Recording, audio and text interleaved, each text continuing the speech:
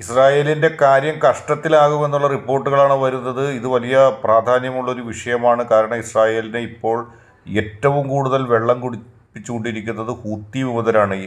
യമനിലെ ഹൂത്തി വിമതരുടെ ഏറ്റവും വലിയ ശത്രു ഇസ്രായേലാണ്. ഗസയിൽ ഇസ്രായേൽ നടത്തുന്ന സംഘട്ടനങ്ങളും ഇസ്രായേൽ നടത്തുന്ന കൂട്ടക്കൊലകൾക്കെതിരായിട്ടും വംശഹത്യക്കെതിരായിട്ടും ഹൂത്തികൾ ശക്തമായിട്ടുള്ള ഇസ്രായേലി വിരുദ്ധ ആക്രമണം നടത്തി വരികയാണ്. ഇപ്പോൾ ഹിസ്ബുള്ളയോ ഹമാസോ ഇറാനോ എല്ലാം ഇസ്രായേലിൻ്റെ പേടി സ്വപ്നം. സെൻട്രൽ ഇസ്രായേലിൽ എവിടെ വേണമെങ്കിലും ആക്രമിക്കാൻ പോകുന്ന തരത്തിൽ ഹൂത്തികൾക്ക് ശേഷിയുണ്ട്. ഹൂത്തികളെ ഏറ്റവും കൂടുതൽ ഇസ്രായേൽ ഭയപ്പെടാൻ കാരണം ഹൂത്തികളുടെ കൈവശമുള്ള പ്രഭവശേഷിയുള്ള അല്ലെങ്കിൽ പ്രഹരശേഷിയുള്ള ആയുധങ്ങളാണ്.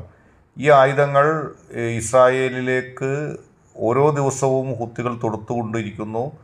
ബലിസ്റ്റിക് മിസൈലുകൾ, സൂപ്പർസോണിക്, ഹൈപ്പർസോണിക് ബലിസ്റ്റിക് മിസൈലുകൾ എന്നിവ അടക്കമുള്ള നിരന്തരമായ ആക്രമണങ്ങൾ ഇസ്രായേലിന് തലവേദന സൃഷ്ടിക്കുകയാണ്. അതുകൊണ്ട് തന്നെ ഇസ്രായേൽ ഭയപ്പെട്ടിരിക്കുകയാണ്. ഇപ്പോൾ അമേരിക്കയും ഇസ്രായേലും മുൻപ് തന്നെ ഇറാനെ എതിരെ ശക്തമായി രംഗത്ത് വന്നിരുന്നു. കാരണം ഹൂത്തികൾക്ക് ആയുധം നൽകുന്നത് നിങ്ങളാണ് എന്നൊക്കെ പറഞ്ഞുകൊണ്ട്. പക്ഷേ ഇപ്പോൾ കഥ മറ്റൊന്നിലേക്കാണ് തിരിയുന്നത്. ഇപ്പോൾ ചൈനയാണ് ഹൂത്തികൾക്ക് ആയുധം നൽകുന്നത് എന്നുള്ളൊരു വാർത്തയുമായി അമേരിക്ക വന്നിരിക്കുന്നു. അമേരിക്കയുടെ വാക്ക് വിശ്വസിക്കാൻ കഴിയില്ല എന്നെല്ലാവർക്കും അറിയാം. പക്ഷേ എങ്കിൽ പോലും അമേരിക്ക പറയുന്നു ചൈനയാണ് ഹൂത്തികൾക്ക് ആയുധം നൽകുന്നത്. ചൈന സേഫ് സോണിലൂടെ ഹൂത്തികൾക്ക് ആയുധം നൽകുകയാണ്. 2024 അവസാനം ചൈനയിൽ ഹൂത്തികളുടെ പ്രധാനപ്പെട്ട ഉദ്യോഗസ്ഥർ എത്തി ചർച്ച നടത്തിയിരുന്നു എന്നും അമേരിക്ക റിപ്പോർട്ട് ചെയ്യുന്നു.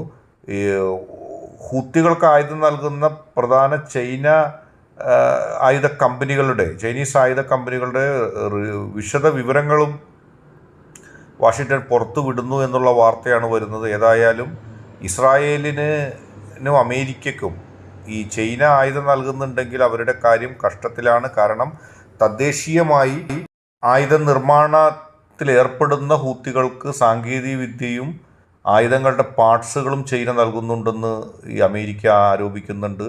അങ്ങനെയാണെങ്കിൽ ഹൂത്തികൾ ഇതിനകം തന്നെ സ്വന്തമായ ആയുധങ്ങൾ ഉൽപ്പാദിപ്പിക്കാനുള്ള ശേഷി കൈവരിച്ചിട്ടുണ്ടാകാം.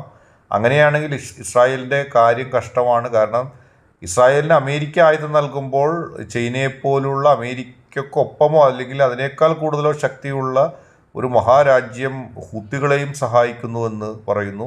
അത് ഇറാനല്ല, അത് ചൈനയാണെന്ന് പറയുമ്പോൾ യുദ്ധം മറ്റൊരു തലത്തിലേക്ക് എന്തായാലും എത്തുകയാണ്.